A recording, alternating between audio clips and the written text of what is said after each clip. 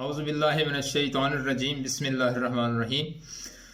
दोस्तों, मैं हूं डॉक्टर खालिद जोया। आप देख रहे हैं हेल्दी लाइफ चैनल। दोस्तों, इंसानी जिस्म की एड़ियाँ क्यों फटती हैं, इसकी क्या वजूहत है, इसका आसान इलाज क्या है और इसकी एहतियाती तदाबीर क्या है, ये सब हम आज डिस्कस करेंगे अपनी इस वीडियो में।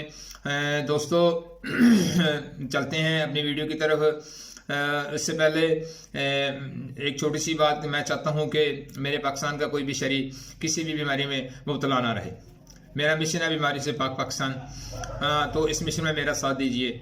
साथ कैसे दे सकते हैं कि अगर आप मेरे चैनल पे नए हैं तो मेरे चैनल को लाइक करें, सब्सक्राइब करें, बेल आइकन को प्रेस करें, कमेंट में अपना प्यारा सा नाम, कोई सी अच्छी बात आप मुझ तक शेयर कर सकते हैं। तो दोस्तों, मैं आपको बताता हूँ कि इंसानी जिस्म की एड़ियाँ क्यों फटती हैं। मौसम सरमा के आगाज के साथ ही एड़ियाँ फटने या उस जगह की खाल सख्त होने के मसाइल काफ़ी आम हो जाते हैं। आज की मसरूफ तर्ज ज़िंदगी के बास बेशतर अफराद सारा दिन चलते फिरते गुजारते हैं, जिसके नतीजे में जल्दी मसाइल का खतरा बढ़ जाता है। अब चलते हैं इसकी वजूहत के बारे में। इसकी वजूहत यह है कि इस मसले की एक बड़ी वजह जिल्द में मुनासिब नमी की कमी है। जिल्द को नरम रखना और इसे खुश्क होने से बचाने में मददगार साबित हो सकता है। तो ये थी इसकी अलामत। अलामत तो आम सिंपल सी है। इसकी अलामत नज़र आना शुरू हो जाती है।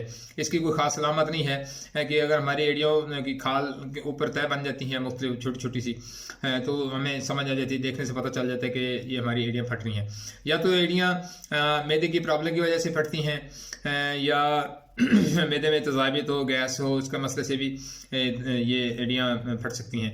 लेकिन सबसे मेन रीज़न इसकी ये है कि उस जगह पे मुनासिब नमी नहीं मिलती जिल्द को, इस वजह करके वो जिल्द की वो जगह क्रैक पड़ना शुरू हो जाते हैं। दोस्तों, अब मैं आपको इसके 2-3 इलाज बताता हूँ। इसके सिंपल से इलाज हैं। मेरा ख्याल है ये इलाज हर घर में ये चीज़ें मौजूद हैं। अगर किसी मेरे भाई को, किसी दोस्त को, किसी रिश्तेदार को अगर ये मसला मसाइल नहीं हल हो रहा, तो मैं इसका सिंपल इलाज आपको बता रहा हूँ। तो आपने करना क्या है कि आपने हल्दी में तेल को मिलाकर मुतासरा हिस्से की मालिश करनी है। ये फटी हुई एड़ियों में नमी बहाल करती है, जबकि सूजन या दर्द में कमी लाती है। जितना आप उसमें 2 चम्मच हल्दी ले लें, 2 चम्मच तेल ले लें, इसको आप मिक्स करके रख दें। जितना अवेलेबल हो जगह पे लगाना हो, बाकी बात जो है उसको महफूज कर लें, उसको अगले दिन इस्तेमाल कर सकते हैं। दोस्तों, इसके बाद दूसरा मसला है कि इसके आपने 2 चम्मच गर्म पानी, 1 चम्मच शहद को मिक्स करके एड़ियों पर लगाएं। ये दूसरा तरीका है।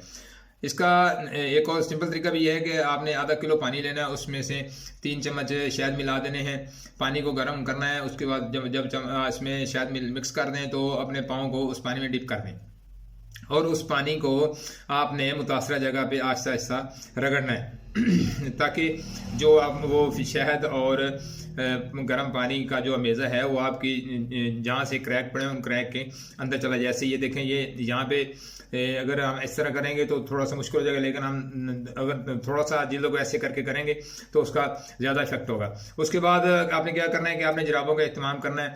ख्याल रहे कि जुराबें कॉटन की हों।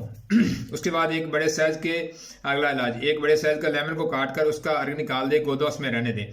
उसके दोनों पीस जो होंगे, एक एड़ी के नीचे, एक दूसरा एड़ी के नीचे रख के ऊपर से आपने जुराबें पहन लेनी है। आधा घंटा इस तरह रखना है। आधे घंटे के बाद आपने वो जुराबें उतार देनी है। तो उसकी एहतियाती तदाबीर क्या है कि पाँव को साफ रखें, जुराबों का यूज़ करें, पाँव को मिट्टी या धूल से बचाएं। तो उसके बाद इंशाल्लाह मिलते हैं नेक्स्ट वीडियो के साथ। दोस्तों, अल्लाह हाफिज़।